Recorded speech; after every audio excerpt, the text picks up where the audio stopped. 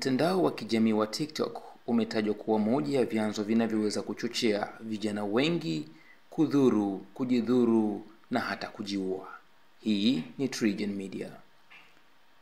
Shirika la kimataifa la haki za binadamu la Amnesty International limeonyesha wasiwasi kuwa maudhui yanayotolewa kwenye mtandao wa kijamii wa TikTok, hasa katika kipengele cha kimaarufu kinachopendekeza video za kutazama kwa watumiaji wa mtandao huo, yani For You Feed, zina ushawishi mkubwa kwa watoto na vijana, hali inayoweza kuwaingiza katika hatari ya kisaikolojia kwa kuwa wengi wanavutiwa zaidi kutazama maudhui yanayohusiana na huzuni, kujidhuru na hata kujiua.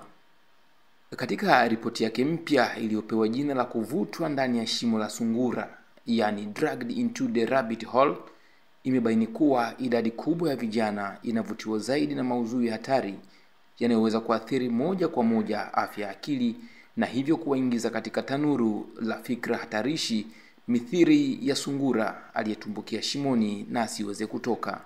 Utafiti uliofanywa kwa muda wa saa 3 hadi 4 pekee nchini Ufaransa ulibaini kuwa akaunti nyingi za vijana zilitazama zaidi video zenye maudhui hatari ikiwemo kujiua, na kutaka mtandao huo kuongeza udhibiti kukabiliana na hatari hiyo inayoweza kuongezeka na kuleta madhara zaidi kwa vijana duniani kote. Hii ni TriGen Media.